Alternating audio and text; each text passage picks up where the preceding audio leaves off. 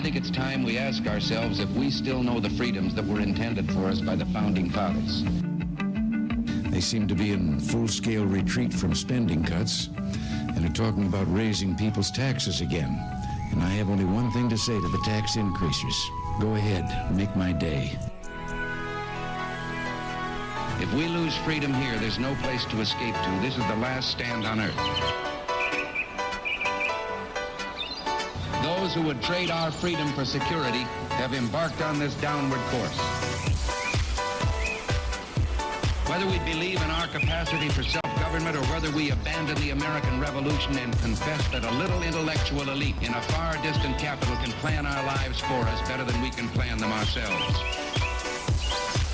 Conduit News Radio with Paul Harrell is on now. Hello. Welcome, ladies and gentlemen. Thanks so much for being with us on this Monday. Thanks for starting the beginning of your week with us here at the intersection of conservative ideas and reality. We really do appreciate it. The telephone number is always 870-275-9799 if you would like to contribute to the conversation today. We got a great show lined up for you. Coming up at the bottom of the hour, I want to introduce you to one of the co-founders of PJ Media. His name is Roger Simon. He's the author of a new book called The GOAT. It's a book about tennis. But we're going to talk a little bit about these new stories that you're seeing where Hollywood wants Trump donors outed. I think they're also really skeptical about potential Hollywood actors that maybe are secretly conservatives. I mean, you look at the actor slash director slash producer Isaiah Washington, who's a black American who's saying, I'm walking away from the Democrat Party. And he recently, this was a couple of days ago, I think back on the 26th of August, I think, he came out and said all of these actors, DMing me, telling me how conservative they are. And he was basically like, you're hypocrites. Why don't you basically come out of the closet and if you agree with, the conservative way of thinking, you should say so. And who cares if Hollywood, anyway, but of course there's a lot of money on the line. We're going to talk to him about that. Hollywood wants Trump donors outed. And then at 7:33, we are very, very excited to welcome back on the program Judge Jeanine Pirro. She's got a new book out. Of course, the last time she was here with us, we were talking about her other book, her last book, which was ended up being a New York Times bestseller. And I believe, the president tweeted something about her new book. Let's see here. It said, congratulations to Judge Jeanine on having, again, the #1 best-selling book. Of course, her new book entitled Radicals, Radicals, Resistance, and Revenge, the Left's Plot to Remake America. Again, Fox News host Judge Jeanine Pirro be here calling in on the show at 7:30 this morning. We're going to talk about this new book of hers that is going to do very well. And, I got to say, if you remember what her last book talked about with James Comey and all of that, all that stuff's a lot more mainstream now. This idea of what actually took place during the year of 2016 leading up to the election and then afterwards, it's all kind of coming out, right, with the Inspector General's report specifically on James Comey. Now we are hearing that we're going to have the new Inspector General's report that's going to be even more devastating. Everyone is now saying that the FISA court, that the Inspector General is going to find that the FISA court was lied to, and that's going to be very, very, very problematic for people like Andrew McCabe. You had Congressman Ratcliffe was making the rounds yesterday, and he was saying, it's very difficult, going to be very difficult for the Department of Justice to not indict Andrew McCabe after they've indicted these other people for lying, right? Very interesting situation. Now, speaking of President Donald Trump and his tweets, we have this, unbeknownst to almost everyone. This is what he tweeted on Saturday. Unbeknownst to almost everyone, the major Taliban leaders and separately the president of Afghanistan were going to secretly meet with me at Camp David on Sunday. They were coming to the United States tonight. Unfortunately, in order to build false leverage, they admitted to an attack in Kabul. It was a car bomb that killed one of our great soldiers and 11 other people. I immediately canceled the meeting and called off peace negotiations. What kind of people would kill so many in order to seemingly strengthen their bargaining position? They didn't. They didn't. They only made it worse. Okay, so first off, I just want to say something about the way the President of the United States is communicating with the American people. A lot of people were shocked by this tweet. The bottom line is this. The President of the United States updated the American people via his Twitter account about this important issue because he knew that the mainstream media, if they were the first to break the story, would lie to you and spin it in a way that was not accurate. Again, most of the time, whatever the media tells you, you can believe the opposite, and you're going to be pretty close to the truth. So this was a big deal, and it's really interesting to me to see lefties virtue signaling about how dare the president meet with the Taliban. How dare he try? And it's so funny to me because if Barack Obama had done this, the media and the left would be praising him. They would be talking about how he's making good on his promise. Remember when Barack Obama said in his inauguration speech that, we will stretch out our hand if you will unclench your fist. Do you remember that? Remember that? I mean, the left, again, is so upset that the president of the United States, Donald Trump, is not only, in a way, remaking the Republican Party, but he is stealing their girlfriend, and they're upset about it. The idea of diplomacy is something that the left and Democrats are the ones that are not. And yet he's trying. I even heard the media this morning on the way in saying he's trying to what was it? To end endless wars. That's what it was. He's trying to make good on his campaign promise to stop the endless wars. Well, that's something that has broad bipartisan support among the American people.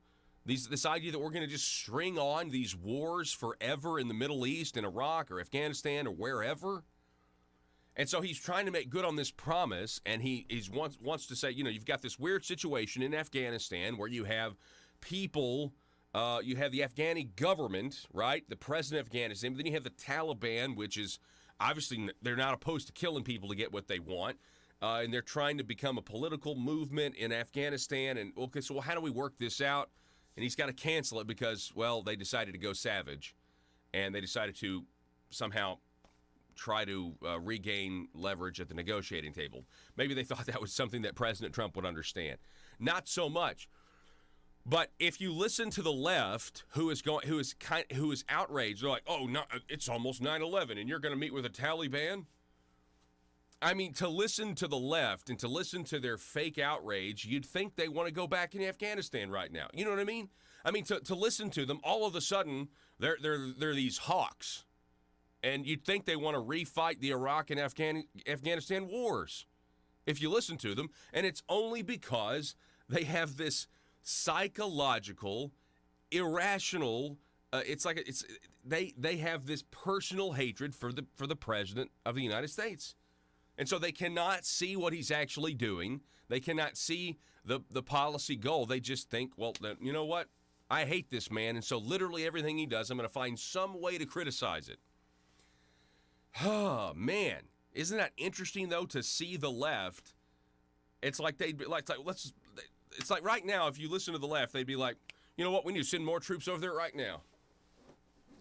Unbelievable. But, anyway, the president attempting peace, and the left can't stand it, whether he is trying to attempt peace with North Korea or whether he's trying to, bring peace in the Middle East, right? And that used to be what the Democrats would say. We need peace in the Middle East. And he's trying. He's attempting peace. Very popular in Israel, he is. Sorry, I didn't mean to talk like Yoda just then. I'm not really sure. Not really sure why I did that. Hang on, my computer screen is glitching out here. There we go. Have to adjust it every now and then because, you guys know, I saw a bunch of deer and had to slam on the brakes one morning and the laptop, anyway. It's been broken for a while. Okay, let's see here. Big news. Big news is we got big Arkansas news to get to, but we're going to wait on that. I want to talk about State Representative Mickey Gates. For those of you that don't know, we got the Speaker of the House, Matthew Shepard, is going to seek or attempt to expel State Representative Mickey Gates over his plea, his no contest plea when it comes to not paying taxes. But I'm going to say this: there's something that just doesn't smell quite right to me.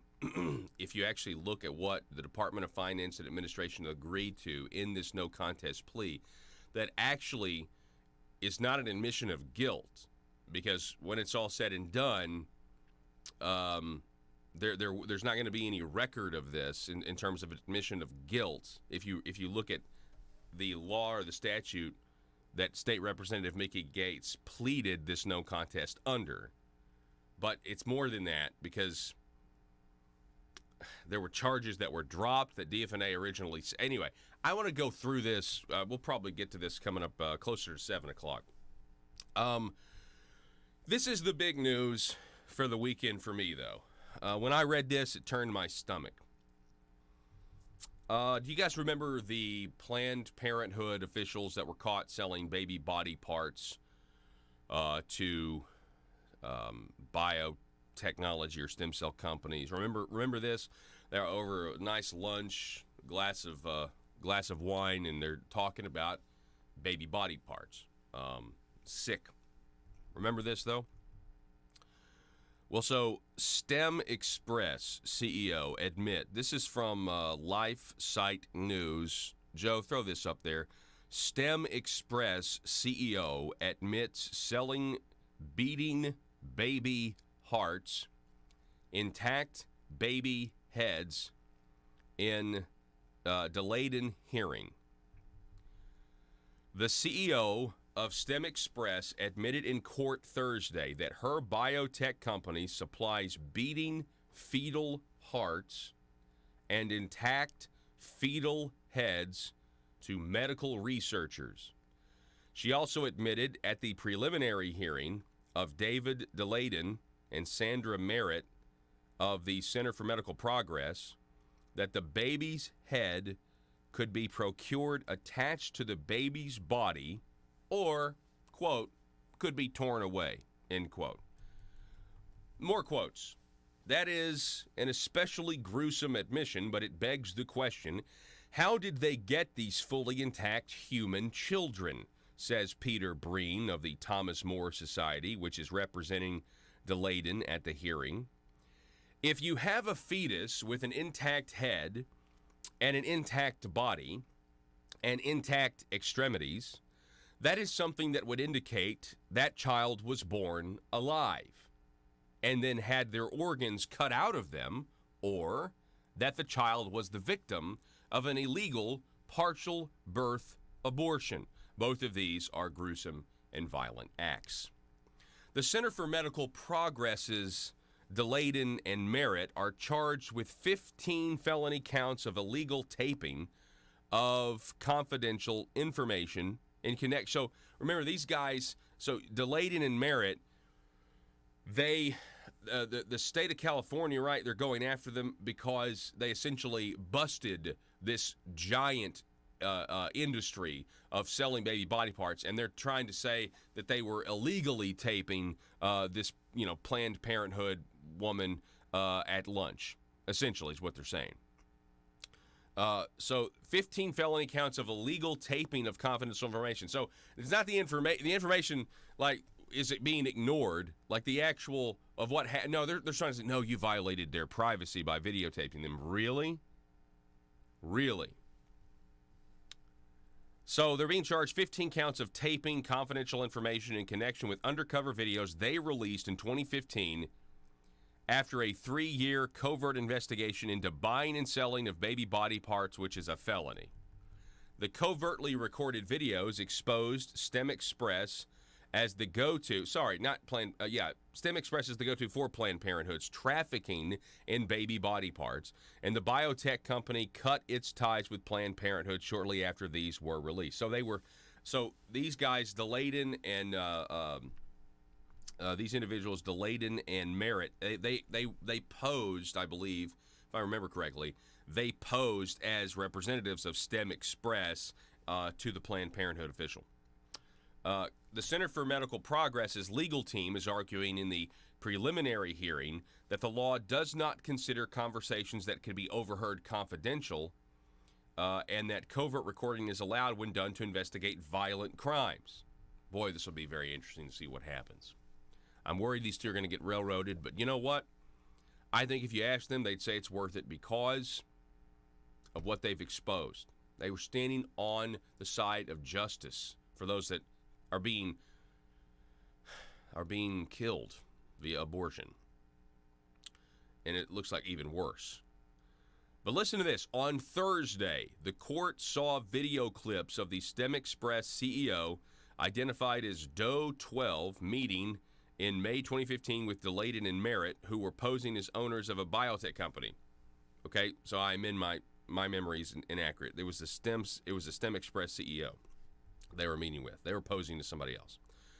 Doe 12 says in the video there's a great demand for raw fetal tissue and that the insanely fragile neural or brain tissue is best shipped in a whole calvarium or head, whereupon Delayden says, just make sure the eyes are closed. Yeah, laughs Doe 12. Tell the lab techs it's coming. It's almost like they don't want to know what it is. Doe 12 was far less forthcoming in her testimony Thursday than she was on the video. One thing we've observed throughout these proceedings is that these witnesses were much more candid when they spoke to David and Susan on undercover video than they are on the stand, he told LifeSite News. However, we've been able to establish certain facts that are important through their testimony. And when they deviate from the video, we've been able to use the video to show that they're not telling the truth on the stand. That's important to show that the Attorney General is using witnesses who are willing to stretch the truth, and our side is exposing that truth.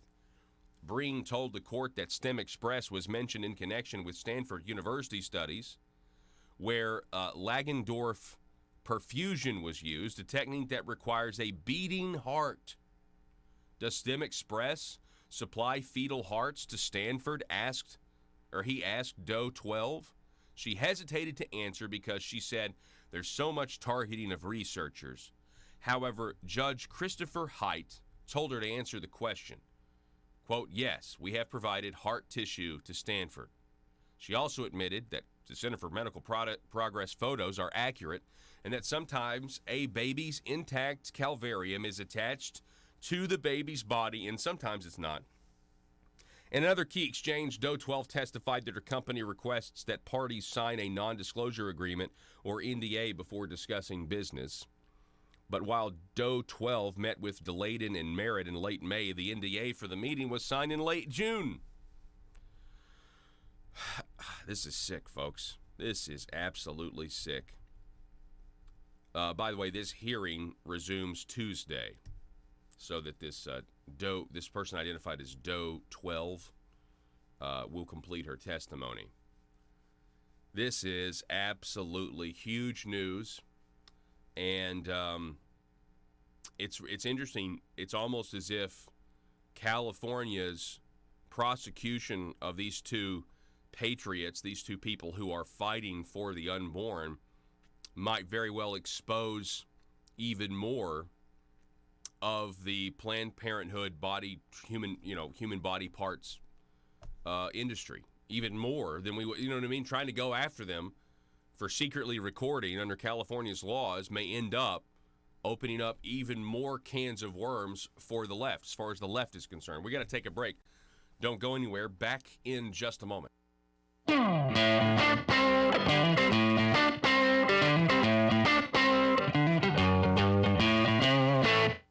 To remind you that if you miss the daily live broadcast, you can always catch up and listen across our digital platforms on your smartphone or computer. First, you can watch the show on Facebook. Just use your internet browser and type in facebook.com/Conduit News. From there, select videos on the left side of your screen.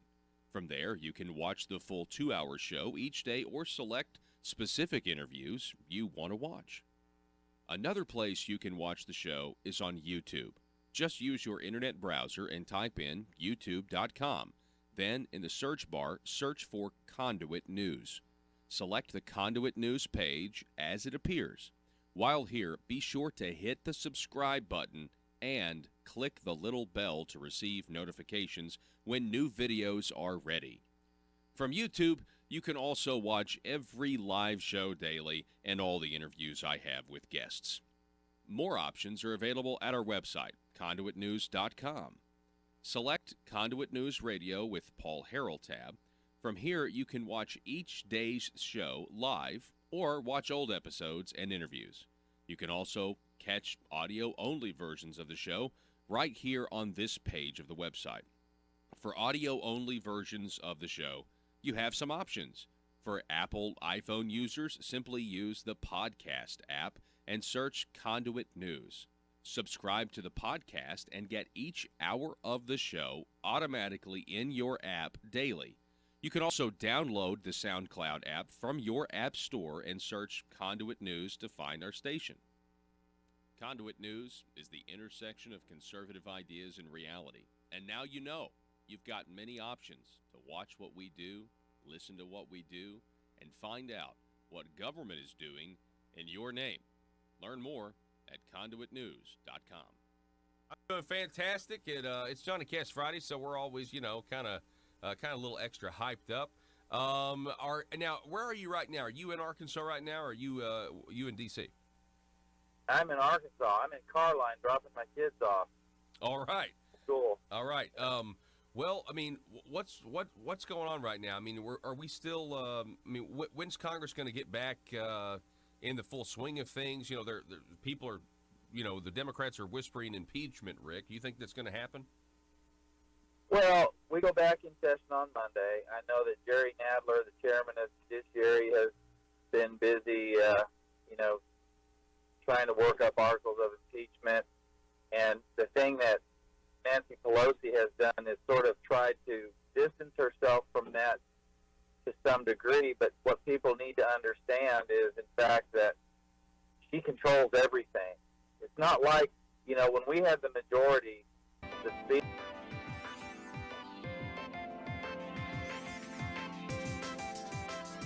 Conduit News Radio with Paul Harrell is building a liberty machine. Find out more at conduitnews.com. Here we go. Also, today and tomorrow's a big day in Jonesboro because it's special election time, and they've got this sales tax increase that's on the ballot. Half cent for police and fire, another half cent for, well, it's hard to know for sure, but things, buildings, maybe a swimming pool, maybe some tennis courts, maybe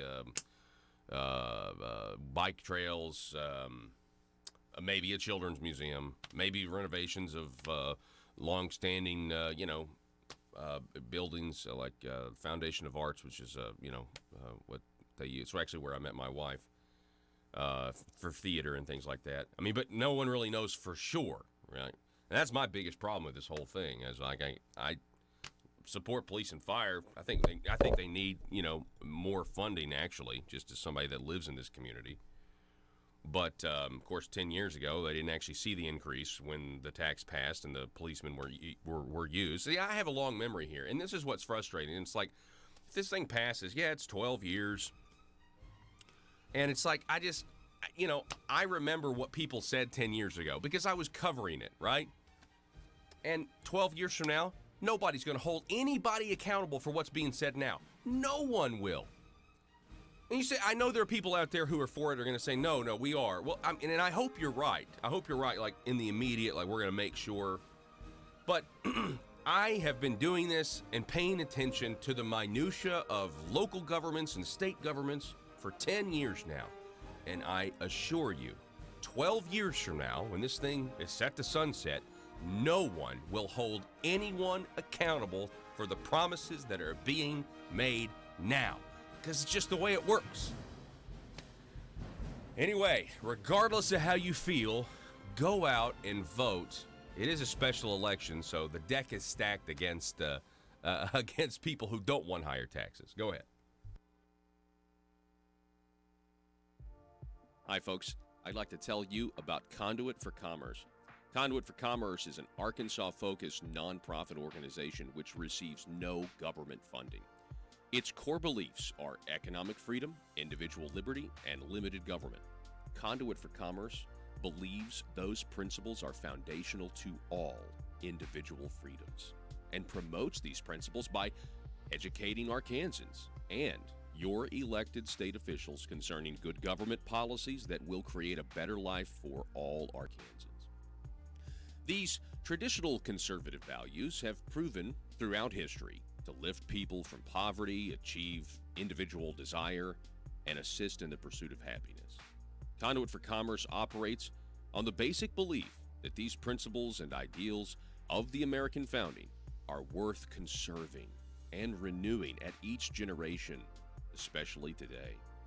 Conduit for Commerce accomplishes this work only through the support and interaction of small businesses as well as individuals. Conduit for Commerce thrives from like-minded Arkansans' participation and partnership. It's only through the support of folks like you that Conduit for Commerce is able to be the conduit to the Arkansas State Capitol. Help us continue as Arkansas's primary small business policy entrepreneur through your financial support. Join us by visiting conduitforcommerce.org. Once you're at the site, click Support Our Cause at the top of your screen. Your one-time or monthly donation will directly impact Conduit for Commerce's mission to promote liberty and economic freedom in Arkansas. Together, we can build a liberty machine. That's conduitforcommerce.org. Or whoever that was, whether it was John Boehner or whether it was Paul Ryan, the speakers, they deferred to the House, the committee chairs, and let the committee chairs set their agenda and do their thing. Nancy Pelosi doesn't do it that way. She has locked down every committee. So if she wants to feign this sort of distance from an impeachment movement, it's not going to wash because she's the one that controls the committee 100%. They're not going to do anything that she doesn't give her okay on in any committee, the Ag Committee included. Can't do anything without her saying so. As simple as having a hearing on, some sort of a benign FSA program, that's got to be cleared by her. So the idea that somehow she is not integrally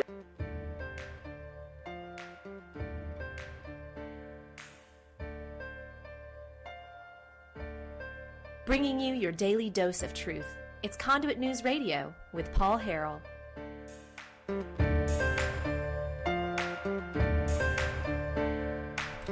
Welcome back to the program, ladies and gentlemen. Thank you so much for being with us today. Happy Monday to everybody out there. Folks, he is the author of the new novel, The Goat. Also was the co-founder of PJ Media, very popular website. His name's Roger L. Simon, and he joins us now on the phone. Roger, nice to meet you, sir. Nice to meet you too, Paul. Glad that you could join us. So first off, let's just talk about your new book for a second, The Goat. I saw we've got the tennis racket on there. Tell us about that. Well, the tennis racket gives you a hint because this is not a goat that you have on the farm. This is the goat that people refer to as GOAT, as is the greatest of all time. Primarily in tennis last night, you were watching, and lots of people were.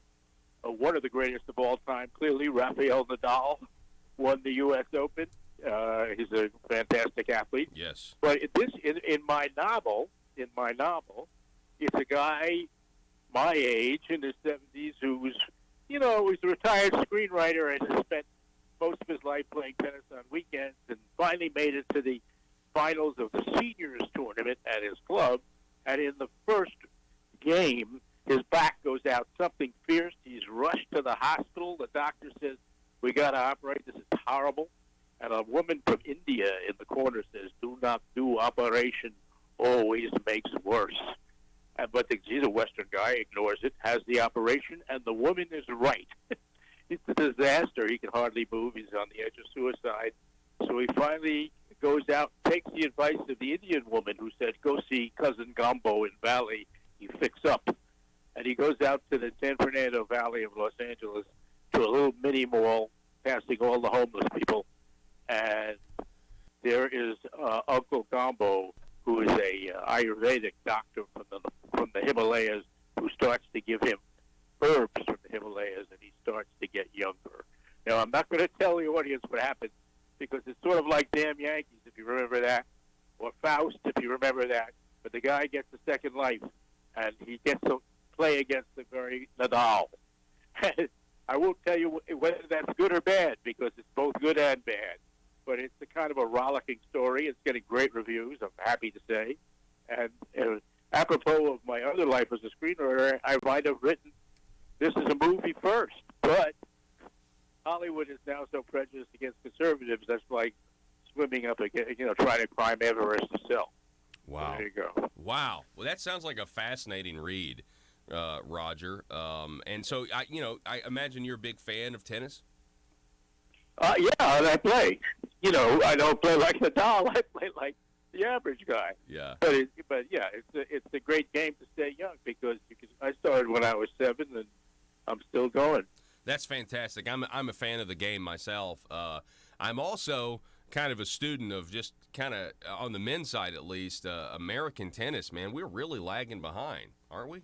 Yeah, that's one of the things that's in the novel, because this guy becomes the new potential American hero, back to the glory days of Sampras and Agassi, which is now in the rearview mirror now. It's all Europeans. And a new one came up yesterday, Daniel Medvedev from Russia. There is, real quick, I just have to say this. There are new methods that are kind of going out in America. They're trying to teach tennis, to younger kids, and they do it by actually, they don't start off with like a regular tennis ball. The ball is actually much larger, stays in the air longer, so they're able to teach, like, somebody who's 7 or 8 years old, they can actually play an entire game of tennis, entire match, the first time they're taught, because, they're not chasing tennis balls everywhere at first. You know what I mean? Yeah, I've seen that. So, it's I think interesting. I don't. Go ahead. Maybe it'll work. I hope so. Like 18 years from now. Come on, I was like, I was this huge Andy Roddick fan, but he ended up being like the Buffalo Bills of tennis for me. I mean, after that first U.S. Open win, people figured him out, Yep, exactly. But he wasn't Djokovic or Nadal or Federer, that's for sure. That's for sure. Okay, we're talking with Roger L. Simon, again, the author of this new book called The GOAT. Check it out, co-founder of PJ Media. Now, I'd like to get your thoughts, Roger. I've got these few headlines here in front of me. Let me see if I can get them. Hollywood wants Trump donors outed. What do you think about this? Well, I have, besides starting PJ Media, I'm an Academy Award-nominated screenwriter, but they don't want me anymore. And the reason they don't want me is because I'm sort of conservative. I'm not even a rabid conservative. I'm just on the conservative side. And that's the way they are. There are, not everybody there, because nothing is a monolith. But it's like a giant cult, Hollywood now, much more than it ever was. And they'll out anyone who doesn't want to join the cult. I mean, it's a very bad situation, and it's bad for the movies, because a lot of people are not being served by movies. I mean, I've written elsewhere that the conservative investors are really remiss in not starting companies of their own, because there's a huge audience out there. I'm sure many of them are listening right now to this show. And they used to go. So many people have told me they used to go to the movies, but they're not going anymore. Yeah. Well, I mean, and I will just say, I mean, I haven't really paid attention to the Academy Awards in a while because those Best Picture nominations, I didn't go see any of those movies. They don't sound like anything I'd want to go see, you know? They're not.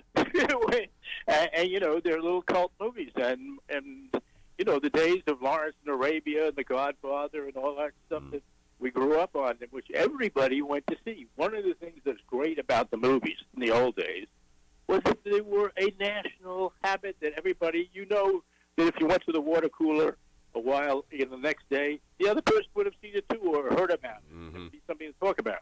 And it'd be fun. But that's gone. And, you know, everybody's behind their computer. The movies are being made for kids that want to play violent computer games. The whole thing is sad. But you can fight back. The late, great John Wayne, we're talking with Roger L. Simon, he said, you know, back during the McCarthy era and when all that was, you know, they talked about blacklisting and that sort of thing, he once said on a talk show, he was like, listen, that we really kind of felt that there was somebody, you know, there was an effort to get control of who does the writing in Hollywood. And I think he was right. I mean, look where we are now. What do you think about that? He was absolutely right. And, you know, you don't have to have a written down list to have a blacklist, unfortunately. People know who people are. As I said earlier, I might have written The Goat, which is a natural movie as well as a novel, first as a movie, if the climate was different. But I knew what the odds were stacked against me. Besides, those novels are great, and you write a better story if you start that way sometimes, and I think I did. But nevertheless, you just know it, and you know that they don't want to work with you because after 9/11, the phone stopped ringing for conservative writers largely. Even very famous ones like David Mamet. It's a dreadful situation, and you have to build alternative systems. But so far, they haven't done it. And conservative investors are partly to blame. I mean, you mentioned David Mamet. I mean, he is just regarded as just an excellent playwright. But you know, he wrote a book. It was about I can't remember the name of Mamet's book, but it was around the same time Andrew Breitbart came out with a book. And I remember Breitbart. I was listening to him at a convention, and he had just come out with his book. But he was like, "Here's my new book." And it's on, you know, it was on conservatism and the culture and how it's ostracized. But he was like, but David Mamet just wrote a book that's on the exact same subject, and it's much better than mine. You should check out David's. Yeah, well, I've read that book too. It's a very good book. But Breitbart, speaking of Breitbart, who used to do the Drudge Report from my house when I lived in Los Angeles, I now live in Nashville more wisely. You know, what famously said that politics is downstream of culture. And it's true. I mean, our kids are being fed the wrong food, and they're going to come out the wrong way. You're exactly right. Isaiah Washington, he said this back on the 26th of August. He tweeted this. I have a message for the Hollywood actors direct messaging me and revealing that you're conservatives. Don't direct message me again because you are all lame and I don't respond well to hypocrites or cowards. You're no different than the bystander that is waiting on the blood to spill from a martyr. What are your thoughts on the amount of conservative Hollywood actors that are in the closet? You know, everybody asks me that question, and the answer is because they're in the closet. I really don't know. But there are obviously a certain number who are. I mean, more important are the writers because it's the writers who tell the stories, really. But you know, it's hard to say, and I agree with that. Being in the closet like that is cowardly, but they're scared. They've got kids, whatever. They've got a livelihood to protect, but it's a sad situation. I mean, it's really, but they're. I don't know how to handle it. I came out very early after 9/11, and I don't know why I did. I don't say I'm particularly brave, but as a writer who wrote both books and movies, I couldn't lie. I wouldn't be good at it. I mean, I'd be a terrible writer if I didn't write what I thought. So I don't take any special credit for that. Actors, on the other hand, are just spewing other people's words, so it's a different situation. Yeah, that's a good point. That's a very good point.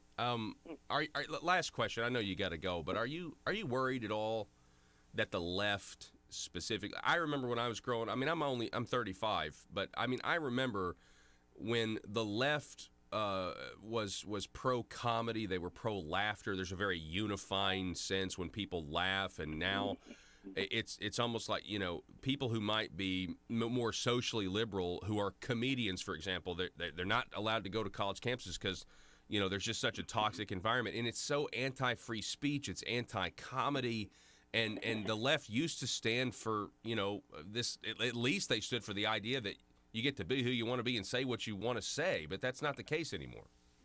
It's certainly not. It's a horrible. You know, it's interesting. I would have thought, by what you were saying, you were older than 35. I'm heartened by the fact that people 35 already realize it, because at least that they realize it is a step in the right direction. But the situation, I mean, even Seinfeld, whose comedy was traditionally very middle of the road, refuses to go on campus. Mm-hmm. It's not like he's, you know, some right-wing, right? He's a, you know, centrist if there ever was one. Yeah. So it's terrible. Years ago, I wrote for Richard Pryor, who was the greatest of the greatest. Wow. And I will tell you right now that Richard would find this hot. He took no prisoners. Mm-hmm. The secret of comedy is you go after both sides. It's like Dave Chappelle is doing right now. Exactly. He's the funniest guy out there. He is. I'm so glad. So you've seen his new special? I've seen it. Yes. Oh, Very man. fun. You're right. He takes no prisoners. I mean, and they're crucifying him for it. I mean, they can't stand it. But I mean, he's at least standing up for free speech, and he's basing his jokes in truth that we can all laugh at, you know. And it's the left is just not. They're not on board with that anymore. Roger L. Simon, I give you the last word, sir. Thank you so much for spending time with us this morning. My last word is go out and buy the goat on Amazon, because you're going to have a good time reading it. It's funny, not as funny as Chappelle, but it's got more to say all of it. So you'll have a good time reading it for your listeners. Yes, sir. Go out, folks. Buy the goat. It's available at Amazon.com. Roger L. Simon, I appreciate it, sir. Thank you so much. God bless. Thank you. All righty, folks, we're going to take a break. We're going to make a short YouTube video of this last interview. It'll be up at conduitnews.com.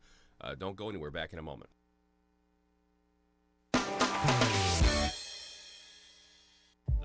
Hi, folks. I'd like to tell you about Conduit for Commerce. Conduit for Commerce is an Arkansas-focused nonprofit organization on your smartphone or computer. First, you can watch the show on Facebook. Just use your internet browser and type in facebook.com/conduitnews. From there, select videos on the left side of your screen. From there, you can watch the full 2-hour show each day or select specific interviews you want to watch. Another place you can watch the show is on YouTube. Just use your internet browser and type in youtube.com. Then, in the search bar, search for Conduit News. Select the Conduit News page as it appears. While here, be sure to hit the subscribe button and click the little bell to receive notifications when new videos are ready. From YouTube, you can also watch every live show daily and all the interviews I have with guests. More options are available at our website, conduitnews.com. Select Conduit News Radio with Paul Harrell tab. From here, you can watch each day's show live or watch old episodes and interviews. You can also catch audio-only versions of the show right here on this page of the website. For audio-only versions of the show, you have some options. For Apple iPhone users, simply use the podcast app and search Conduit News. Subscribe to the podcast and get each hour of the show automatically in your app daily. You can also download the SoundCloud app from your app store and search Conduit News to find our station. Conduit News is the intersection of conservative ideas and reality. And now you know. You've got many options to watch what we do, listen to what we do, and find out what government is doing in your name. Learn more at conduitnews.com. Involved in impeachment, that's just not going to wash. She knows what's going on. She can't have it both ways. Again, we're talking with Congressman Rick Crawford. I agree. There's certainly she seems to be walking some sort of tightrope, And it seems like everything the Democrats, though, right now are trying is it doesn't seem to be working. Their attacks don't seem to be working. Then, of course, they've got the media that's helping them.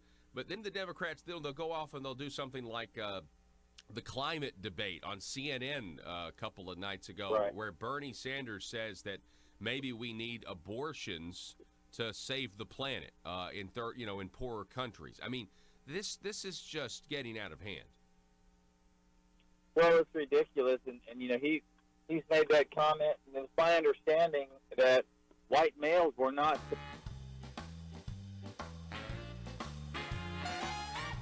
Determined to drain the swamp in Little Rock, it's Conduit News Radio with Paul Harrell.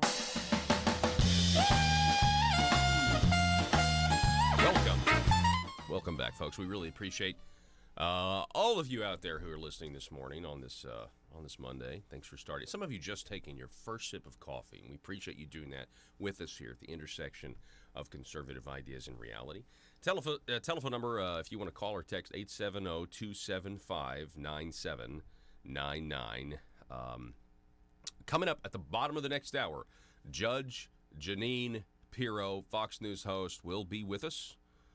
She'll be talking about her new book, Radicals, Resistance, and Revenge, the Left's Plot to Remake America. This will be the second time we had her on. We had her on a couple years ago when she had her last book out, which was a New York Times bestseller.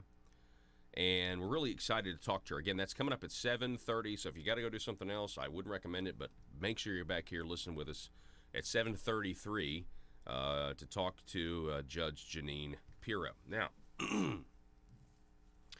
we do have some interesting news coming out of Washington County, okay? So over in the, over in the northeast part of the state, Jonesboro, they're facing special election over a tax increase. We've given you those numbers from the center, the Arkansas Center for Research and Economics, that say from 1980 to 2016, special elections are used to pass tax increases.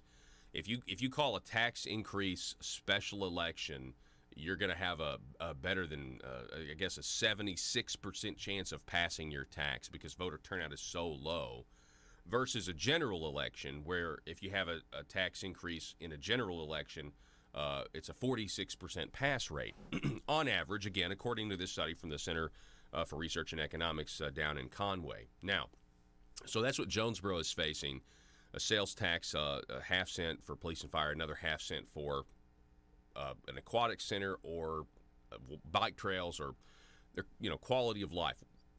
We're not really sure what it's going to go for exactly. I mean, I think they're probably going to definitely do the aquatic center, but I mean, it's not in the law that you're voting on. So that's happening tomorrow, special election tomorrow. Now, over on the other side of the state, in the northwest part of the state, Washington County, they have been dealing with a jail overcrowding problem. And so the quorum court there, made up of justices of the peace, have been trying to figure out what exactly to do. Now, one of the things that they did was they've commissioned somebody to do a study to figure out what's going on. But that doesn't stop those who are now trying to, from what I can tell, they're trying to derail that effort, and they just really want to push for a tax increase now to expand the jail.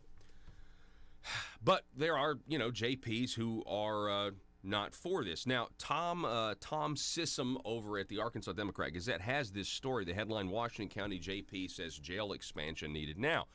And the story focuses on the Justice of the Peace from Washington County, Ann Harbison, who says that the crowding at the Washington County jail is a crisis and it's got to be taken care of now. And this is kind of in spite or a little bit of a reversal. The quorum court seems to have decided to wait and try to figure out, maybe get a list of options before they move forward with just a straight special election tax increase or a primary election tax increase to expand the jail. Harbison said she might raise the idea when her committee meets Tuesday. She said adding jail space could require a sales tax increase or other funding methods. So right now in the state of Arkansas, you have communities in the northwest portion considering a tax increase. You have communities in northeast considering tax increase. At the same time, the internet sales tax the Arkansas legislature put in went into effect at the beginning of the fiscal year back in July. We have a gas tax increase, meaning your gas, the price you pay at the pump here in Arkansas, thanks to the General Assembly, is going to be increasing on October 1st. Respectively 3 cents at the pump for regular and 6 cents if you're driving a diesel. All of that's taking place, right? Then we have, of course, a $70 million tax increase when you add it all up in this fiscal year on the people, a net tax increase. So when you take the tax cuts and then you add the revenue increases, which are tax increases, but they'll say, oh, we're just a revenue. It's just a fee increase. A fee is the same thing as a tax. Let's just be honest. Let's own up to what we've done, okay? With Republican supermajorities, let's just own up to what's happened. $70 million increase on the people of Arkansas. And so I just find it interesting that we're facing all of this as an entire state, and then the local communities are also trying to find more money. I mean, if I was going to support a tax increase, okay, if I was going to support one, of course I would rather do it at the local level where it's theoretically easier to hold your elected officials accountable. The problem is so many people don't really pay attention to the local governments the way they should. And, it's the more complex the system is and the smaller the amount of people there are that understand the complex system, the more opportunities there are for corruption. So anyway, back to this Washington County story. Last year, the Washington County Sheriff Tim Helder proposed a 600-bed expansion. The Quorum Court has asked for a study of the county's criminal justice system and for time to see if alternatives to incarceration can help reduce the crowding. The study hasn't begun. The county has advertised for proposals but hasn't chosen anyone to do the study. Stan Edelman, a Fayetteville lawyer and law professor teaching in Oklahoma City, has been hired as an ombudsman for the jail. Edelman and a group of law students will review detainees and possibly recommend that some be released without bail or on lower bail amounts, okay? So they've begun working on this. Let's see, they have some other quotes from other justices of the peace. Mainly, my favorite Washington County Justice of the Peace, Patrick Deakins, who's been on the show. Matter of fact, Joe, let's see if we can get Patrick on later in the week to talk about this one. Patrick Deakins, Justice of the Peace for District 5 in northeastern Washington County, said he's not ready to consider Harbison's proposal. Deakins said the county needs to consider possible alternatives before asking voters to increase taxes for a bigger jail. Quote, I'm 100% totally against it. I feel like we've committed ourselves to this grand plan of doing the study and hiring someone and giving them time to work. Then somebody goes rogue cowboy and threatens to derail us. That's Patrick Deakins. The last time he was on, we talked about this very issue. I was just kind of checking in with him, and he just talked about how they're going to, the nth degree, before they go to the people and say, we got to have even more of your money. Like, the people are already taxing. Arkansas has got some of the highest sales taxes in the country. We're 44th in income, and according to that USA Today poll, like the 17th worst place to live if you want low taxes. So the 17th, number one, tied for first for the highest sales tax in the country. So, average, if you average it out and everything. So it's a big deal. It's a big deal, especially, I want to highlight the politicians that are basically like, hey, we want to never raise your taxes. Like, we want to do more with what we already got. Those guys are the anomalies. Those are the ones who are really looking out for, the average guy who's, working, trying to get his kids through school, put food on the table. I mean, that's the politicians that are out there trying not to raise your taxes and find alternatives. Those are the ones that I want to support, and I want to, promote and say, look, there are people out there advocating for limited government, just keeping it the same size it is now. If government stays the same size it is now and you can grow the economy, then technically government has gotten smaller. We got one more hour coming your way next at 7:33. Fox News host Judge Jeanine Pirro back on Conduit News.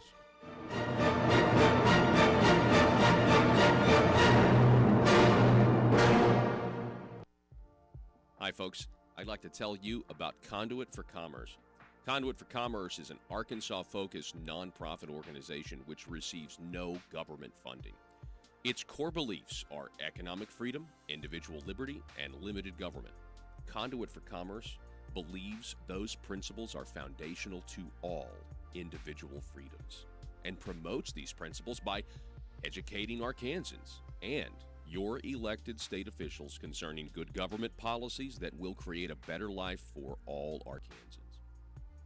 These traditional conservative values have proven throughout history to lift people from poverty, achieve individual desire, and assist in the pursuit of happiness. Conduit for Commerce operates on the basic belief that these principles and ideals of the American founding are worth conserving and renewing at each generation, especially today.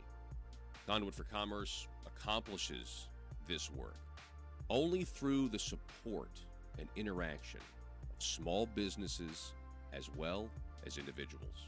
Conduit for Commerce thrives from like-minded Arkansans' participation and partnership. It's only through the support of folks like you that Conduit for Commerce is able to be the conduit to the Arkansas State Capitol. Help us continue as Arkansas's primary small business policy entrepreneur through your financial support. Join us by visiting conduitforcommerce.org. Once you're at the site, click Support Our Cause at the top of your screen. Your one-time or monthly donation will directly impact Conduit for Commerce's mission to promote liberty and economic freedom in Arkansas. Together, we can build a liberty machine. That's conduitforcommerce.org. Supposed to be talking about reproductive rights, but apparently that's okay for him to do that, and to somehow tie abortion to climate change. I guess the concern I have is this: if the Democrats had their way, would they implement some kind of a review panel to determine whether or not a woman could keep her child based on a variety of situations, circumstances, or whatever? If you don't have enough money, if you're too much carbon emissions, if you're not driving the right car. This sounds a little ridiculous, but you get the point. It's like, why are you even going down that road with this conversation to suggest that somehow what we need to do to affect climate change is now start to abort babies? So that in itself is ridiculous. And so obviously the analogies that I've drawn there are you get the idea. Yes, it's ridiculous, but is that maybe the next step, that we start to put look, in China, they do have forced abortions there, so it's probably not out of the realm of possibility that people like AOC and Bernie Sanders might consider implementing a forced abortion policy for certain circumstances. Could be maybe that the health of the child is not what it should be, and so they're not going to allow the parent to give the mother to keep the child because maybe they feel like, well, it will be too difficult on society to have to care for this child because it's a special needs child and they're socioeconomically challenged, and therefore we don't want to have that. So we'll just go ahead and go ahead and abort that child. And of course, the government will pick up the tab for it. But of course. So that it almost sounds like that's the direction that they're willing to go.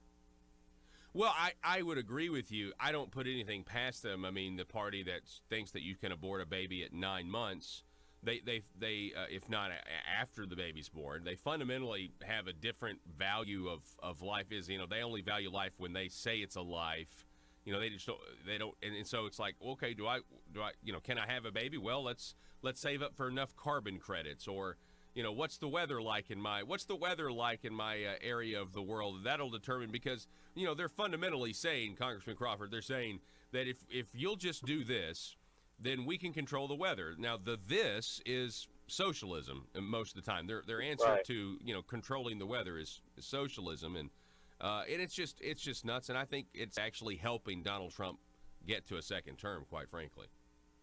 Well, I do too, but I think that what you're seeing too on display is the left there are science deniers when it suits their agenda, and then they try to act as though they embrace science when it does suit their agenda. So, for example,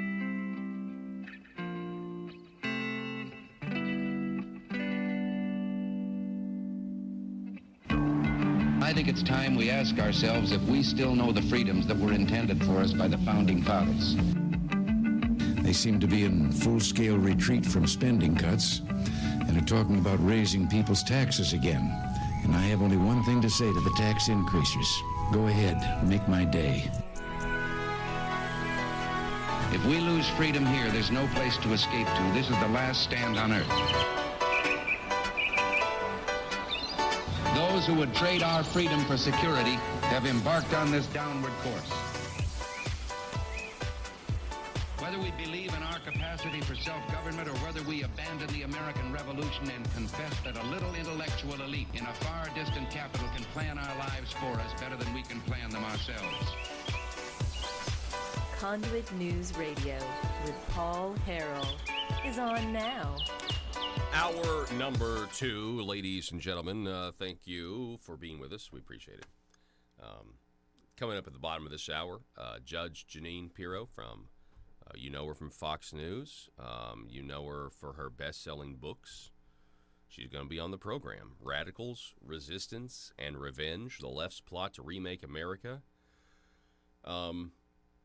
That's her new book. And I'm really excited to talk to her. This will be the second time we've gotten to have her on before. She was on last time to talk about her previous book that was number 1 New York Times bestseller.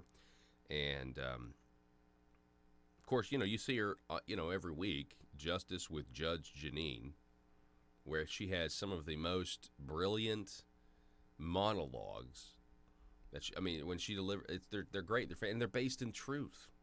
They're based in truth, and they're based on this idea that, we have justice under the law, whether you're some average Joe or whether you're Andrew McCabe, that we have justice. Can't wait to talk to her coming up again at 7:33. I want to start the second hour talking about State Representative Mickey Gates. State Representative Mickey Gates definitely is not in a position that anybody would envy. He pled no contest to not paying taxes, to owing back taxes, and the Department of Finance and Administration agreed to this plea deal. And now that he pled no contest, the Arkansas Speaker of the House, Matthew Shepard, is attempting to expel State Representative Mickey Gates from the body because he will not resign. Matter of fact, after all these allegations came out, he ran in the arrest and everything. He ran for re-election and won in his district. In a letter Friday to members of the House, Speaker Matthew Shepard said he had asked Representative Mickey Gates to resign after the no contest plea, but that Gates refused. Quote, "Thus, I intend to file a resolution for the immediate removal of Representative Gates from the House," citing a law passed recently by the General Assembly that precludes a person who pleads no contest to a public trust crime from holding public office. I am sad. Interesting. Public trust, what's funny is trying to keep, assuming you take everything at face value, trying to keep the money that you earn for yourself versus some of these other people that they steal the money that we're all giving them. They're stealing our tax dollars. Anyway, I am saddened that it has come to the filing of a resolution, but we must abide by the laws, and we pass and uphold the trust of the people of Arkansas.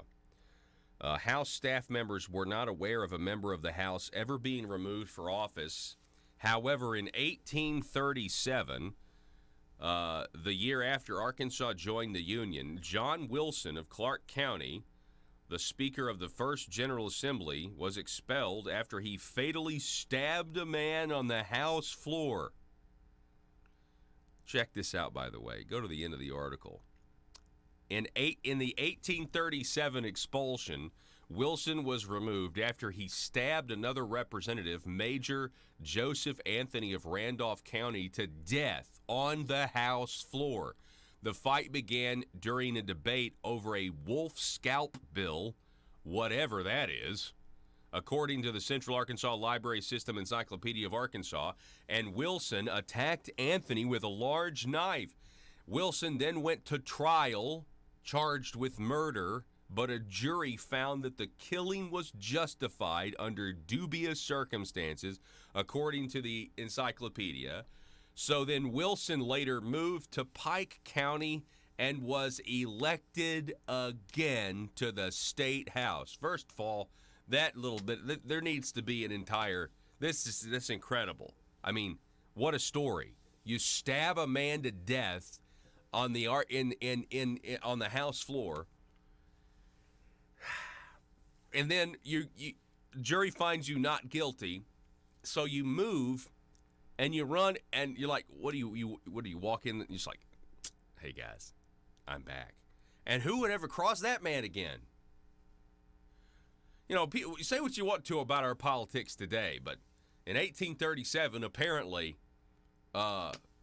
you could get away with a lot more. Let's just say the old moral bar was a lot lower back then. Anyway, back to the issue at hand, okay, about State Representative Gates. Hunter Field with this story at the Gazette. So Mickey Gates was arrested back in June of 2018. The charges originally were that he failed to file tax returns from 2013 to 2017. Stop. Those charges were dropped. In this plea of no contest, DFNA drops those charges. Now, I want to know why. That is, you're arrested, and he was perp walked. The media was tipped off. There was a huge spectacle on this, okay?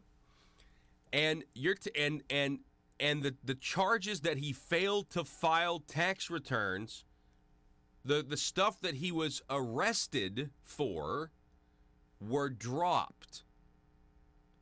Now, I know that's part of a plea or whatever, but it just, I mean, I wonder if we don't have the full information, because what Representative Gates has said publicly is that he, when he was originally arrested, he said, I've been in contact with DFNA this entire time over the dispute because they were telling me, his words, they were telling me not to file my tax returns. Now, if Mickey Gates had proof of that, maybe that's something that, you know, DFNA was like, I don't think okay, you're right. Well, then what was he arrested for? I'm just asking questions that I think need to be asked here, right? Look, I know it's politically really inconvenient for somebody to, you know, be put up on these charges, and you're a Republican and the Democrats are calling for your resignation, and, you know, I get it. I understand the politics of it. A lot of people are like, you know what, I don't care. A lot of people, I don't care what the truth is here, but he shouldn't be bothering us and hurting our reputation. That's what they're thinking. But I just, to me, the big story was, like, from the very beginning was Mickey Gates was claiming that a bureaucracy was telling him one thing and then doing something else, and everybody just seemed to take DFNA's word for it.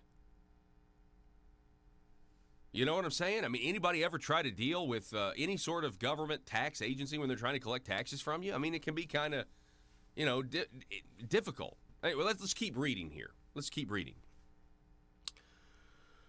So, Mickey Gates, Mickey Gates' attorney is named Jeff Rosenweig, or Weig, is that his name? Jeff Rosenweig? He said Friday that Gates doesn't blame or fault Speaker of the House Matthew Shepard for proceeding with expulsion, but Rosenweig has doubts about the constitutionality of such a move. Rosenweig said he would need to see Shepard's final resolution before making a conclusion, but he said the law cited in Friday's letter couldn't be applied to Gates' situation in a way that's consistent with the Arkansas Constitution.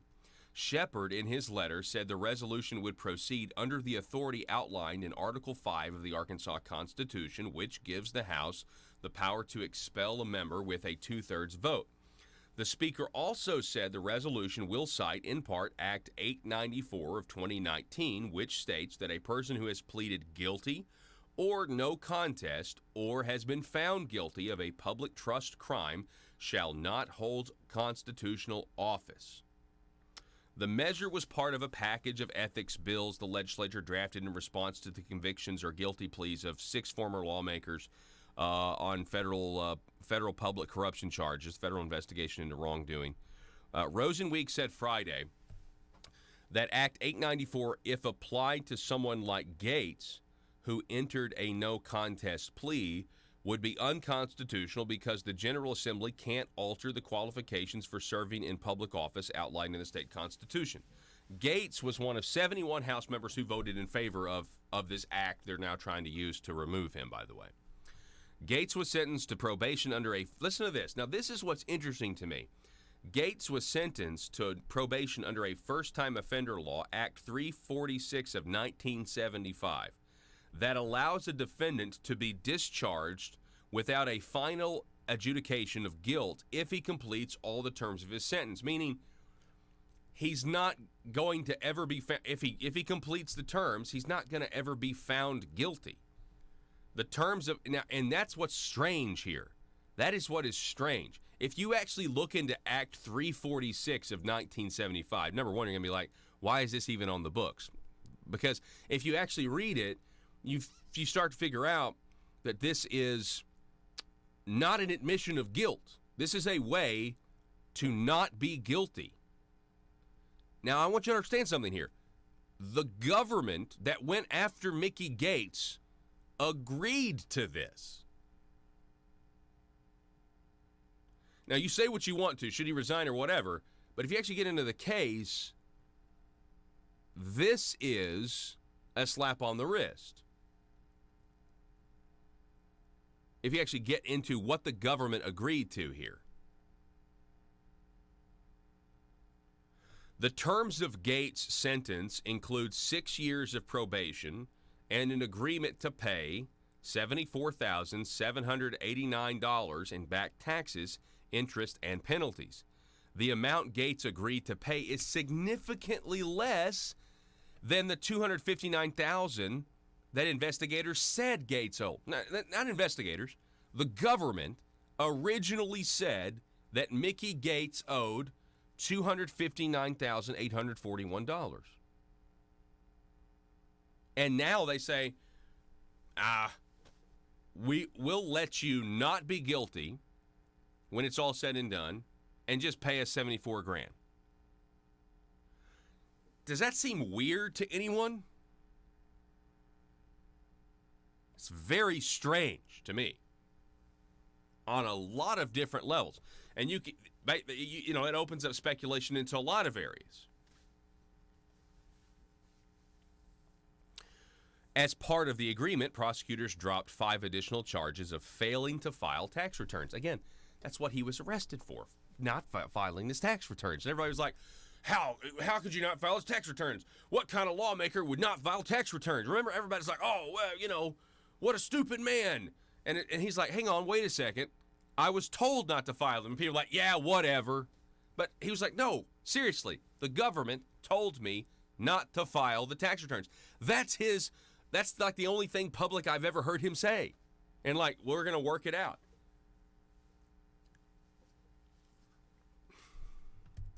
Something just seems off here. That's all I'm saying. Something does not seem right about this. I mean, normally the government, when they're going after somebody for tax evasion, they don't pull any punches at all. They go for it. You know what I mean? They make an example out of you. But they didn't do that here. As a matter of fact, I wouldn't be surprised, on a different note, if the House does expel Mickey Gates.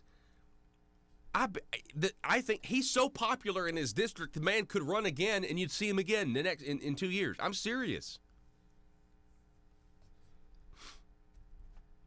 The specific problem here is the relevant provision of the Constitution says that a person who has been convicted of a felony cannot serve, Rosenzweig said. However, it is well as... Do what? I was told it's Rosenzweig. I'm sorry. Okay. So Rosenzweig. Thank you, Joe. The specific problem here is the relevant portion of the Constitution says that a person who has been convicted of a felony cannot serve. However, it is well established that a plea under Act 346 of 1975 is not a conviction. It's not a conviction. Shepard, who is an attorney, said that Act 894 was pretty straightforward, and he believed it would require a 2/3 vote in the House, in the 100-member House. He said he didn't know if he had enough votes to expel Gates, but then it quotes, let's see here. A lot of people think that, of course, the governor says, I fully support the speaker's action. He wants State Representative Mickey Gates to be out. Republican House Majority Leader Marcus Richmond said he believed enough House members would vote for Shepard's resolution because the law is clear. He added that it was difficult, but the body had no choice. House Republican Whip Brant Smith said he surveyed Republican members about a week ago, and 60 to 62% of House Republicans said that Gates should be removed from office if he won't resign. The state House is comprised of 76 Republicans and 23 Democrats. So, anyway, tell me what you think about this situation. Sound off, facebook.com/Conduit News. I want to hear what you have to say, right? And we're going to be back in just a moment.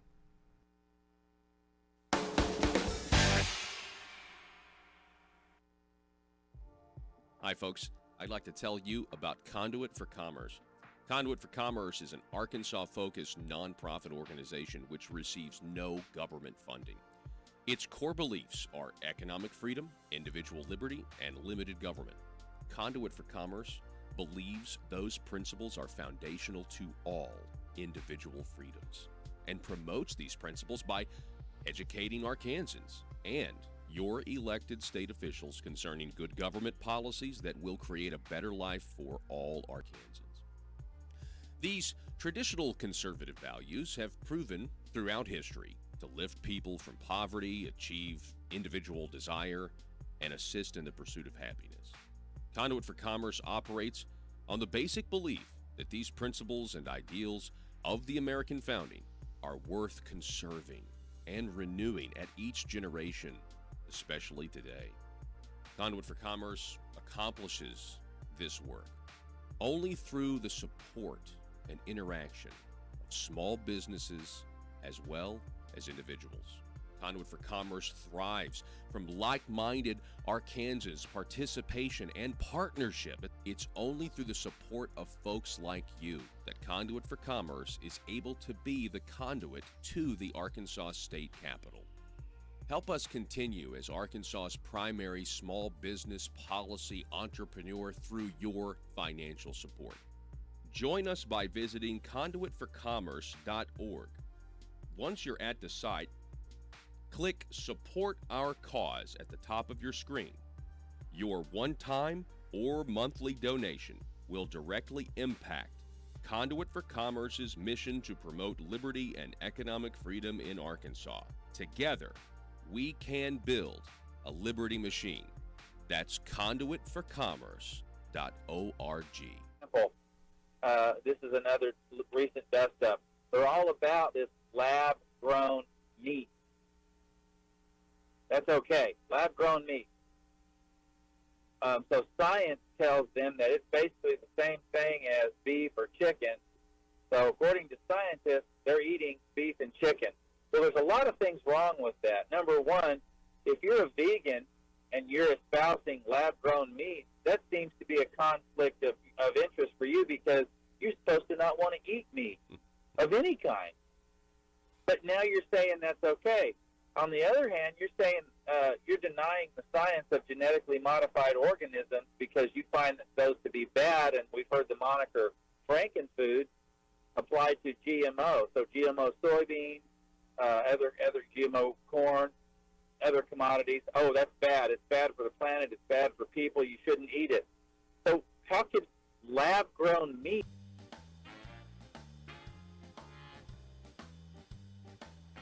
Exposing the truth and everything the Marble Palace establishment keep trying to cover up. It's Conduit News Radio with Paul Harrell.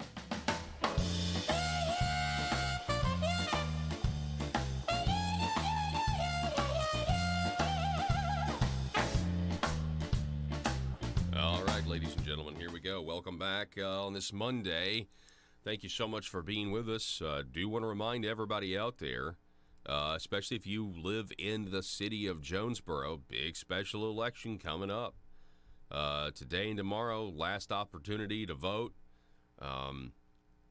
It is, I think from what I can tell, pretty high voter turnout for a special election so far, just from the numbers that I'm seeing. A lot of people have asked me, I'm serious, like a lot of people are like, hey, Paul, what do you feel? How do you feel like it's going to go? Do you think the people of Jonesboro are going to vote for this tax increase? Do you think it's going to pass, or do you think it's going to fail? And I'm like, I don't really know. I mean, I tend to think that if, and I don't want to get too far into predictions, because we only got to wait a little while, we're going to know, right? But I tend to think, though, that if the voter turnout is higher than normal for a special election, I would bet that would be better for the no side. Because, I mean, just based on the statistics from the Arkansas Center for Research and Economics, when voter turnout is higher, more of the people, when larger groups vote, they tend not to want to pay more money to the government, So the fact that it's higher, I think, doesn't bode well necessarily for what's called Team Jonesboro, in trying to pass again this half-cent tax for fire and the other half, or police and fire, and the other half-cent for amenities, let's say. So I don't know. I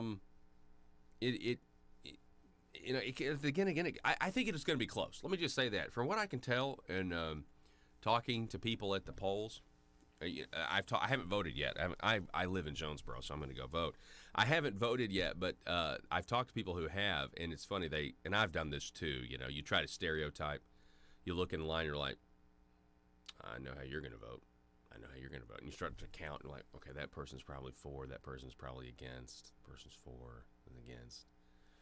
You're like, well, steady flow, steady amount of people coming in. You try to count. I just think because it's a special election, turnout is key. If you are in government at all, you would want the highest voter turnout possible so that you have more of a mandate. Because the reason special elections are bad is because of the low voter turnout, and it begins to violate that principle that we know we call the consent of the governed. And so when you're an elected official and you're executing the will of the people in a vote like this, ethically you would want to think that you have the largest sample of the population turning out to vote that can be, so that you genuinely know that the people are on your side and you're executing their will on their behalf. And that's the whole problem with special elections and the lower turnout than, say, a general election.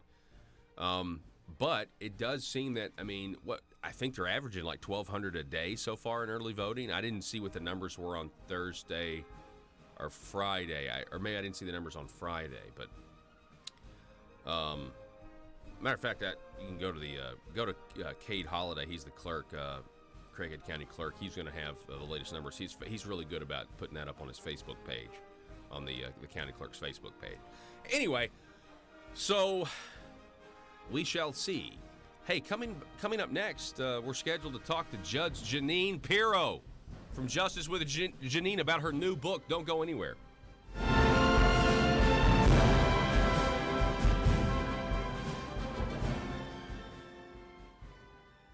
I wanted to remind you that if you miss the daily live broadcast, you can always catch up and listen across our digital platforms on your smartphone or computer. First, you can watch the show on Facebook. Just use your internet browser and type in facebook.com/Conduit News. From there, select videos on the left side of your screen. From there, you can watch the full 2-hour show each day or select specific interviews you want to watch. Another place you can watch the show is on YouTube. Just use your internet browser and type in youtube.com. Then, in the search bar, search for Conduit News. Select the Conduit News page as it appears. While here, be sure to hit the subscribe button and click the little bell to receive notifications when new videos are ready. From YouTube, you can also watch every live show daily and all the interviews I have with guests. More options are available at our website, conduitnews.com. Select Conduit News Radio with Paul Harrell tab. From here, you can watch each day's show live or watch old episodes and interviews. You can also catch audio-only versions of the show right here on this page of the website. For audio-only versions of the show, you have some options. For Apple iPhone users, simply use the podcast app and search Conduit News. Subscribe to the podcast and get each hour of the show automatically in your app daily. You can also download the SoundCloud app from your app store and search Conduit News to find our station. Conduit News is the intersection of conservative ideas and reality. And now you know. You've got many options to watch what we do, listen to what we do, and find out what government is doing in your name. Learn more at conduitnews.com. Not be bad, because it's science produced. It's interesting. There's something not biologically appealing about growing a piece of meat in a petri dish and peeling that off and slapping it on a bun and calling it a burger. Ugh. So when do we take these people to? When are they held to account for their varying degrees of belief in science? It just, none of that matches up, and so I get tired of hearing this nonsense. Yeah. To say nothing of what it would do to our economy. They attack animal agriculture on ethical basis, but they're perfectly okay to kill babies in the womb right up to the point of delivery and maybe even after. Yeah, that's a good point. So there are a whole lot of anomalies here and some incongruencies in their policies that I find to be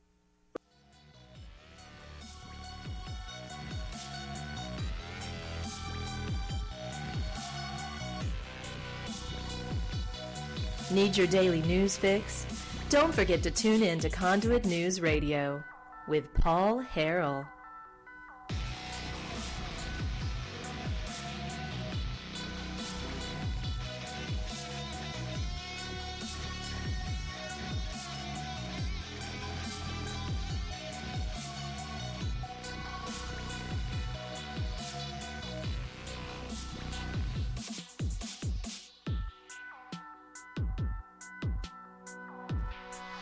All right, folks, welcome back to the program. Thanks so much for being with us. We really do appreciate it. Let's see here. We're awaiting, we're going to be talking here in just a few minutes to Judge Jeanine Pirro, her book, Radicals, Resistance, and Revenge, The Left's Plot to Remake America. So stay tuned for that. We're going to be talking to her this segment. Her book. Here's the thing: for 2 long years, listen to this. For 2 long years, Donald Trump's presidency has been under siege by the left and their deep state fellow travelers, who concocted an outrageous case of conspiracy with Russia to keep Trump from doing what he was elected to do: secure America's borders, revive its economy, drain the Washington, D.C. swamp, and restore our constitutional republic. Restoring the constitutional republic. That's a big one, isn't it? Now that Special Counsel Robert Mueller's investigation has vindicated the Trump campaign and administration, the Department of Justice is hot on the trail of Comey, Brennan, Clapper, and the rest of the gang of conspirators who tried to overturn the 2016 election. The left has dropped all pretense of civility, fairness, or decency, revealing the real reason they were so desperate to destroy President Trump. He was the one man who stood in the way of their radical plan to remake America.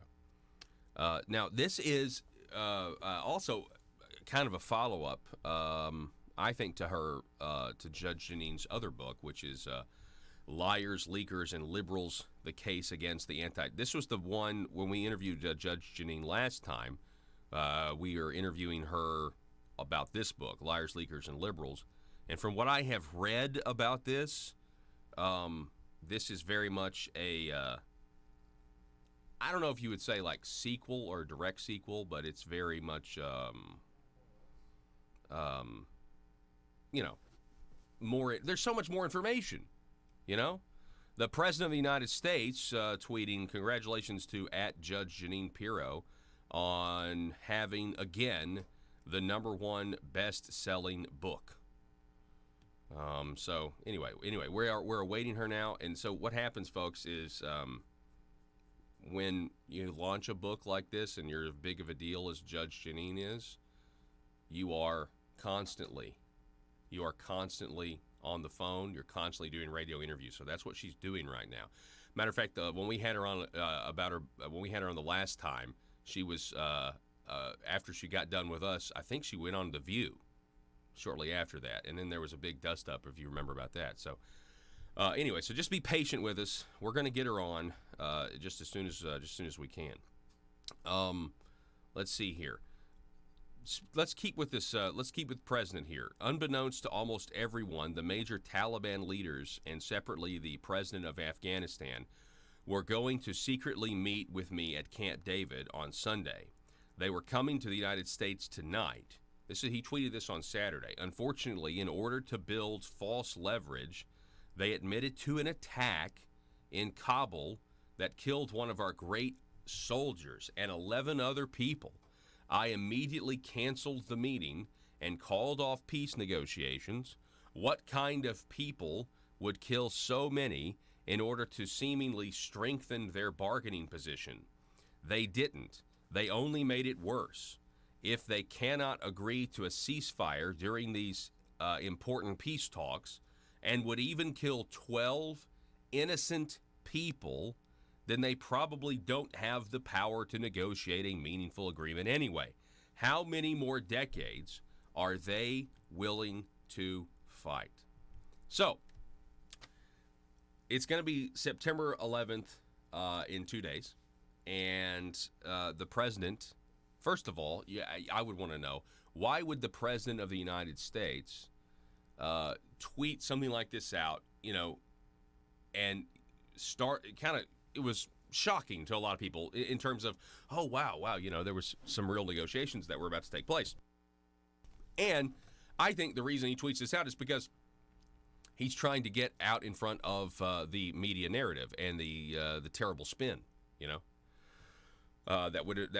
if this came out, if this broke to the news first, or the news found out about it first, they would totally lie about whatever this was. They would try to frame it to make the president look as worse as they possibly could. So this is, again, his way to use Twitter to get around that narrative, okay?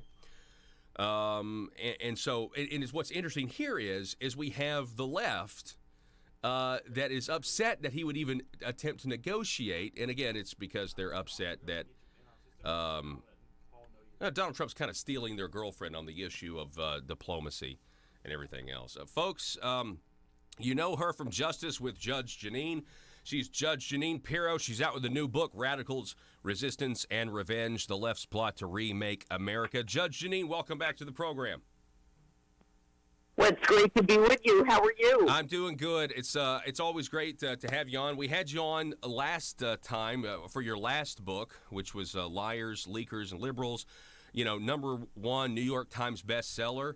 What can you tell us about this new book? Is it kind of a little bit of a continuation from some of the topics you discussed in the last one?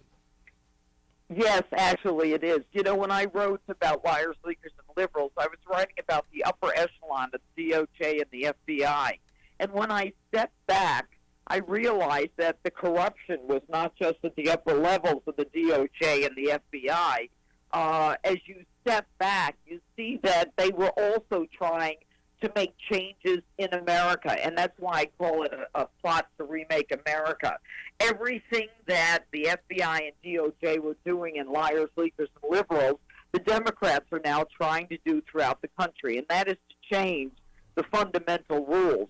And the first rule they're trying to change is the First Amendment, and that is the free speech that we have. If you're a conservative or if you're a Republican, the first thing they want to do is they want to shut down your free speech, prevent you from talking at universities, take you off of Twitter and Facebook, call you a racist or anything else, and then they follow it up with Antifa, which is a bunch of cowards that dressed in ninja outfits and with their faces covered, and the police are standing down at the order of liberal mayors and county executives and not making arrests.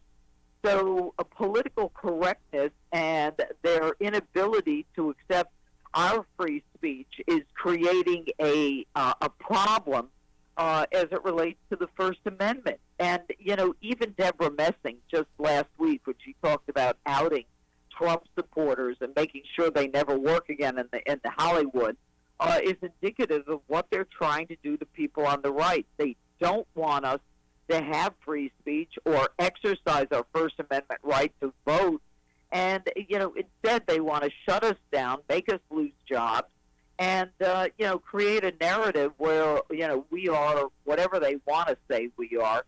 And that is unconstitutional, but they don't care.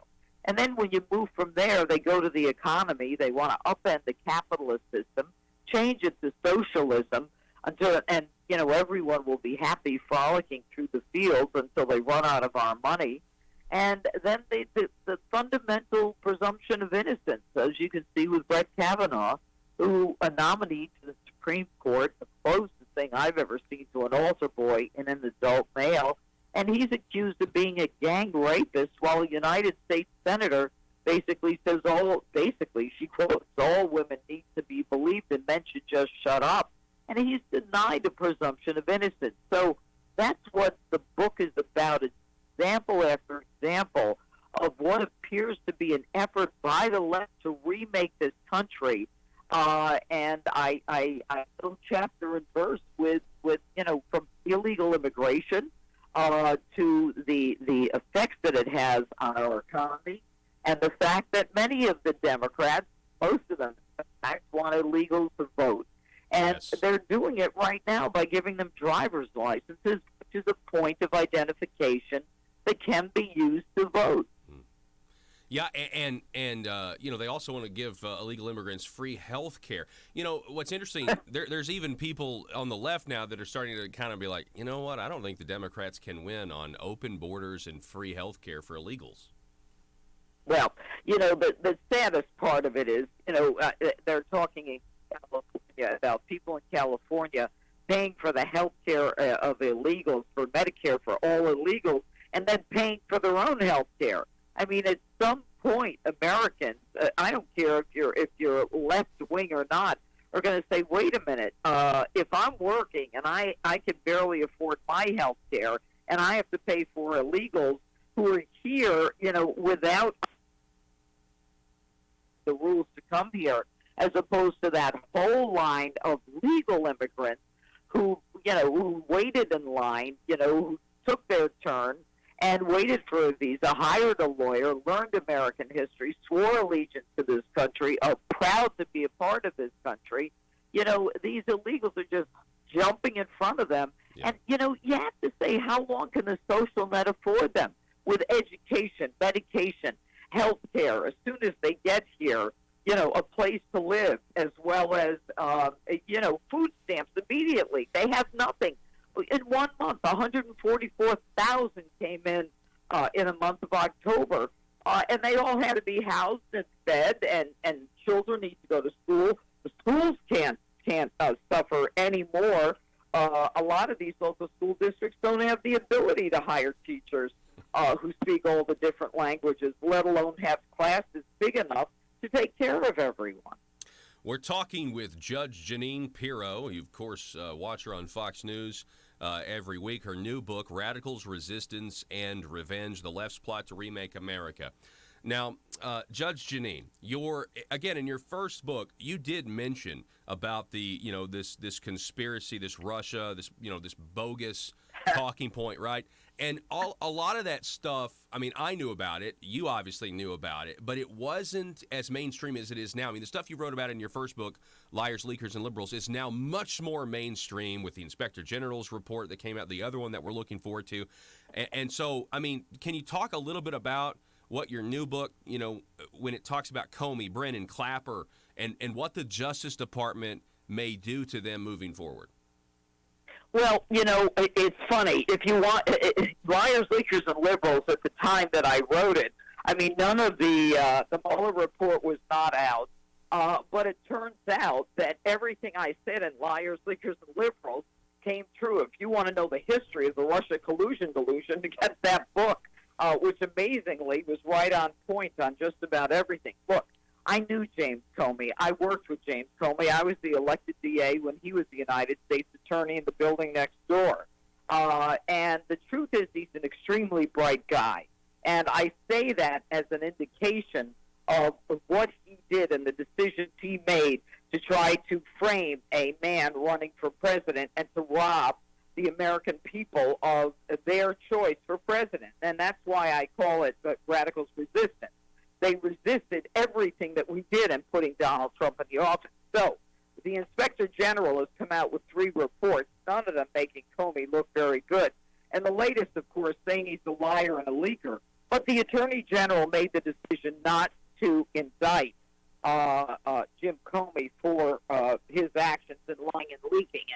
But I think that what will happen and what the American people will see is once the Attorney General gets to the issue of the FISA court and the fraud that Jim Comey and the guys at the upper echelon, Peter Strzok, McCabe, did in trying to create that insurance policy and framing Donald Trump, that's where you're going to see indictments. I believe, I have no inside information on that. The revenge that all of them took because they couldn't drag Hillary Clinton across the presidential finish line is something that we have never seen in American history. And if there is no prosecution, in the end, this will be nothing but a blueprint for the next group that doesn't like the president that the American people have put in office. And so Radicals, Resistance, and Revenge talks about the Mueller report, the fact that there is absolutely no Russia collusion. And I got to tell you, there's only one man that you can blame for the fracture that this country went through for 2 years with this claim of Russia collusion, and that's James Comey. Because but for his leaking certain information to get to the New York Times, and then, it's hysterical. The guy said, I'm not a leaker. But for his leaking, a special counsel would not have been appointed, and we would never have gone through 2 years of hell with this claim that the president is a Putin puppet and a Russian asset, and people, at each other's throats over this. You can blame Jim Comey for that. No one else. And he was wrong. And right now, the proof is in the pudding in the book, my second book there, of what he has done and what I believe Bill Barr will do in terms of the fraud on the FISA court. And I got one more thing to say about that. why we have not heard from the FISA court judge as to the fraud that was perpetrated upon that judge is indicative of one of two things. The judge is stupid, or the judge, and stupid in the sense that the judge did not ask the appropriate questions. And remember, I was a judge who signed warrants all the time. You ask questions about the effort on the part of law enforcement, in this case the FBI, to infringe on the rights of Americans, and that's what a wiretap is. Or the judge was in on what was going on. And that is evidenced by the fact that there were emails between, I believe, Strzok and his girlfriend there, Paige, where they say, we should meet the judge under the auspices of the dinner party. And that's about the time that they're looking for a judge to sign the FISA warrant. Wow. It's all there in the book. It's what I did for 30 years as a prosecutor and a judge, and it's real easy to figure out. And I think that Americans need to understand what is going on by people on the left as they take away our constitutional rights, as they take away, and there are facts, footnotes, 30 pages of them, to back up everything that I'm saying, because we're at a tipping point in this country in terms of how much we can take. The effort by the Democrats, and I call it a clown car, running for president, who want to change our soaring economy and turn it into capitalism. Into socialism from capitalism. Yeah. Judge Janine Pirro, the new book, Get It, folks, today, Radicals, Resistance, and Revenge. It's always great to talk to you, Judge Janine, and I just want to say thank you for speaking out, speaking the truth, and doing it on a platform like Fox News, and I just want to encourage you to keep up the good work. Well, it's very kind of you to say, and thank you also, and thank you to all your listeners. Have a great day. Thanks so much. You too. Judge Janine, everybody. Bye-bye. Folks, check out the new book again, Radicals, Resistance, and Revenge. We're going to take a break, going to reset. Back in just a moment.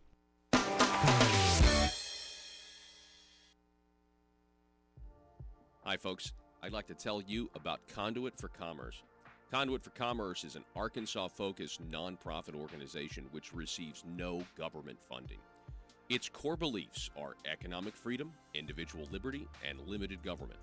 Conduit for Commerce believes those principles are foundational to all individual freedoms and promotes these principles by educating Arkansans and your elected state officials concerning good government policies that will create a better life for all Arkansans. These traditional conservative values have proven throughout history to lift people from poverty, achieve individual desire, and assist in the pursuit of happiness. Conduit for Commerce operates on the basic belief that these principles and ideals of the American founding are worth conserving and renewing at each generation, especially today. Conduit for Commerce accomplishes this work only through the support and interaction of small businesses as well as individuals.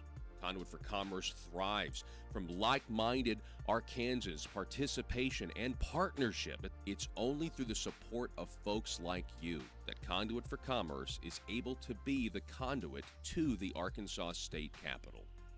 Help us continue as Arkansas's primary small business policy entrepreneur through your financial support. Join us by visiting conduitforcommerce.org. Once you're at the site, click Support Our Cause at the top of your screen. Your one-time or monthly donation will directly impact Conduit for Commerce's mission to promote liberty and economic freedom in Arkansas. Together, we can build a liberty machine. That's conduitforcommerce.org. Pretty egregious. Let's transition now. You mentioned China just a second ago. I see here where they're trying to get back to the trade table. Going to try to work this out one more time. What are your thoughts on the trade war? Well, a couple of things I think we probably need to take a look back here and recognize. First off, we never had a trade deal with China. We never have. So if the Trump administration is successful in securing a trade deal with the Chinese, that will be a monumental accomplishment. Because all these years we've never had a trade deal with China, which is part of the problem. Mm-hmm. But then the question is, if China doesn't follow WTO rules, how are we going to get them to follow our rules in a trade deal? So is this just going to be a photo op and, okay, great, we got a deal, and then we're going back to business as usual? Conduit News Radio with Paul Harrell is building a liberty machine. Find out more at conduitnews.com. All right, we'll have obviously we'll have a separate video made of our interview with Judge Janine. If you missed it, Judge Janine Pirro was just on the program. We were talking to her about her new book, Radicals, Resistance, and Revenge. Overturning presidential elections, nationalizing private industries like healthcare and education, destroying America's borders, erasing its national identity, effectively silencing conservative voices in the cybersphere and public square are just a few examples of the links to which the far left, progressives, and socialists will go to destroy America. And you know, when you really think about it, if you do any digging into Russia, James Comey, McCabe, the whole conspiracy, everything, all of that, it is amazing. It is amazing that the president of the United States has been as successful as he has been in spite of everything that's going on. It's absolutely amazing. Can you imagine what he would have done? Can you imagine how popular this guy would be if it wasn't for the Mueller investigation? Unbelievable. And, you know, you also have, record low black unemployment. The lowest ever was announced over the weekend. The criminal justice reform, Donald Trump tweeted about that this morning, by the way, with criminal justice reform, and how, you know, Republicans deserve all the credit, but now that it's done, there's all these other people trying to take credit from the, from the First Step Act and everything else. Remember Kanye West in the White House talking with the president, and how the left freaked out about that when it was just an exchange of ideas, just trying to talk to people, just trying to, let's focus on some of the things that we might agree on. I mean, just, that used to be what the left would say. Not anymore, though. Folks, it's time for your meme of the day. This is a good one, and a very popular format. Courtesy of conservative.memes.v, as in Victor, 1. Conservative.memes.v1. It's a photo of, let's say, I guess, a park bench underneath a street light. And the street light, you would think, would be coming straight down and illuminating what's directly under it. But it doesn't. It curves, the light bends, and the light illuminates something else. Right? So it's really, really a good meme format. You could do this with a lot of different issues. This one shows that the light emanating from the lamppost is, in fact, labeled modern feminism. And instead of modern feminism shining directly down on gender discrimination in the Middle East and Asia, it makes a sharp turn, and instead modern feminism is lighting and focusing on mansplaining. What does that say, Joe?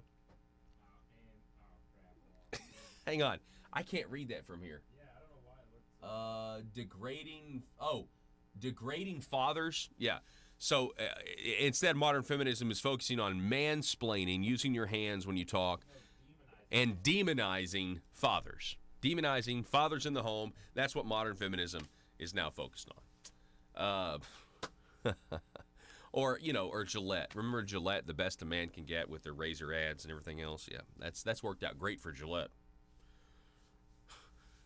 It really has. Anyway, I bet you'll see this meme a lot because this format, because you could do it with a lot of different things. Exposing the hypocrisy of the left. Also, if you missed our interview with Roger Simon, that was such a refreshing interview. He's got a new book out called The Goats, great story. But Roger Simon, you heard him mention, we interviewed Roger Simon, who he said that Andrew Breitbart used to run the Drudge Report from his house. And the late Andrew Breitbart. And then, to hear Roger talk about how bad the movies have gotten, and he was an Academy Award nominating writer, Academy Award nominated writer Roger L. Simon. That interview is going to be up at Conduit News. Also, the number one thing you can do to help us is to go to our YouTube page, Conduit News on YouTube, and subscribe and click the little bell to receive notifications. It's the number one thing you could do that would help this program. All right, we're going to go. We're going to wind up the show, and we'll see you back here tomorrow on Tuesday. Have a great Monday, everybody. Arkansas, be safe.